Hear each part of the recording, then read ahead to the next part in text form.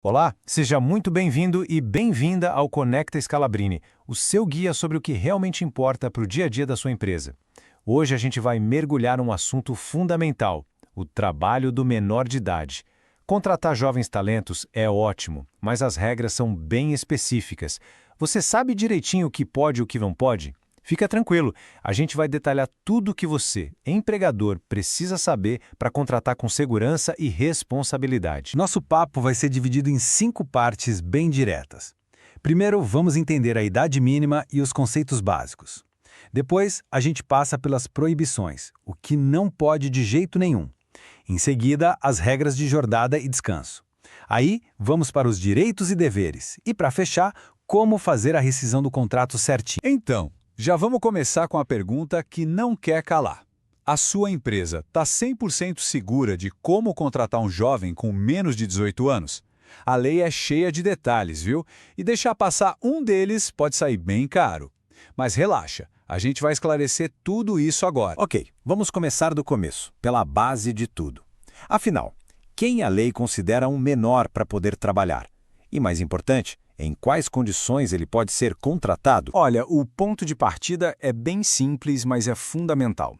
Quando a gente fala em menor na lei trabalhista, estamos falando de qualquer trabalhador que tenha entre 14 anos completos e 18 anos incompletos. É essa galera que tem uma proteção toda especial da CLT. E aqui já vem a primeira grande diferença que todo gestor precisa ter na ponta da língua. Existem 2 caminhos. A partir dos 14 anos, o jovem só pode ser contratado como aprendiz.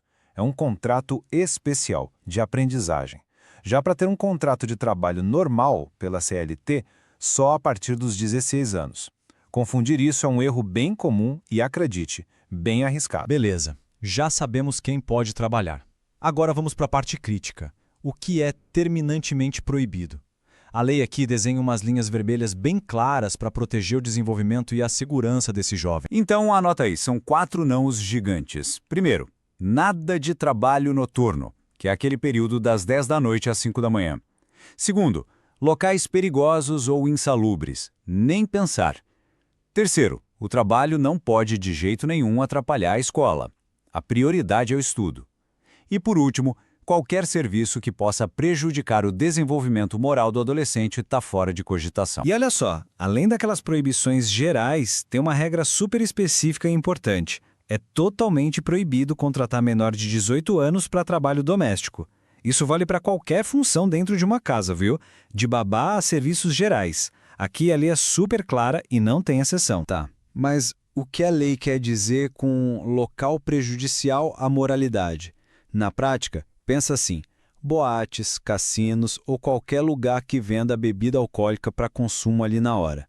A lei entende que esses ambientes não são adequados para a formação de um jovem. A proteção também é física, claro. Se o trabalho exige carregar peso o tempo todo, tipo no estoque, o limite máximo é de 20 quilos. Essa regra existe para evitar um desgaste desnecessário e prevenir lesões num corpo que ainda está se desenvolvendo. Agora, se o esforço for só de vez em quando, uma coisa pontual, aí o limite sobe um pouquinho, para 25 quilos.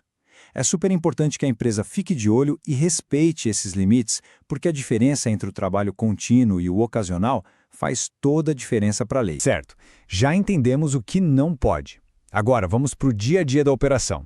Qual a carga horária permitida? E os descansos? Como funcionam? Esses detalhes são a chave para uma rotina de trabalho legal e saudável. Olha, as regras da jornada mudam bastante se o jovem é empregado ou aprendiz. O empregado CLT de 16 a 18 anos pode ter uma jornada de até 8 horas. Já para o aprendiz, a regra é mais apertada, no máximo 6 horas diárias.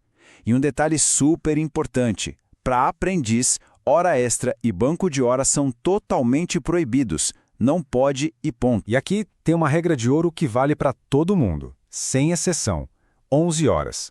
Esse é o tempo mínimo de descanso que tem que haver entre o fim de um dia de trabalho e o começo do outro. Isso não é negociável, tá? É o tempo que a lei considera essencial para o jovem se recuperar de verdade. Tudo isso leva a gente para uma ideia central. Proteger o trabalhador menor não é só sobre seguir regras, é sobre entender que a responsabilidade é de todo mundo. O empregador tem seus deveres, claro, mas os pais e o Estado também. Para o empregador, a missão é clara. Primeiro, tem que cuidar para que o ambiente de trabalho seja decente. Segundo, garantir todas as normas de saúde e segurança. E terceiro, um ponto fundamental, dar todo o tempo que for preciso para o jovem ir às aulas. Lembre-se, o trabalho tem que complementar a educação, nunca atrapalhar. E quais são os direitos especiais desse jovem? Vamos lá. O mais famoso é que as férias do trabalho têm que ser na mesma época das férias da escola. Ele também tem direito a salário mínimo ou ao piso da categoria, como qualquer outro funcionário. Um detalhe curioso, ele mesmo pode assinar o recibo do salário. E um ponto jurídico-chave, o prazo para reclamar direitos trabalhistas não começa a contar enquanto ele for menor de 18 anos. E para fechar, vamos falar do fim do contrato. Assim como para começar, na hora de terminar a relação de trabalho com o menor, existe um procedimento bem específico que precisa ser seguido à risca. A pergunta que fica é essa: chegou a hora de encerrar o vínculo. E agora? Tem um cuidado extra que a empresa precisa ter para que essa quitação seja 100% válida. Lembra que eu falei que o menor pode assinar o recibo de salário? Pois é. Na rescisão, a história muda completamente. O pagamento final, as verbas rescisórias só têm validade se os pais ou o responsável legal estiverem presentes e assinarem junto. Sem essa assinatura em conjunto, é como se a quitação não tivesse acontecido perante a lei. E então, a gente chega à reflexão final. A pergunta não é só se a sua empresa cumpre a lei, mas se ela está realmente pronta para ser parte do desenvolvimento de alguém. Contratar um jovem é muito mais que preencher uma vaga, é investir na formação de um futuro profissional. Seguindo essas regras, você não só evita problemas, mas assume um papel incrível no futuro do trabalho.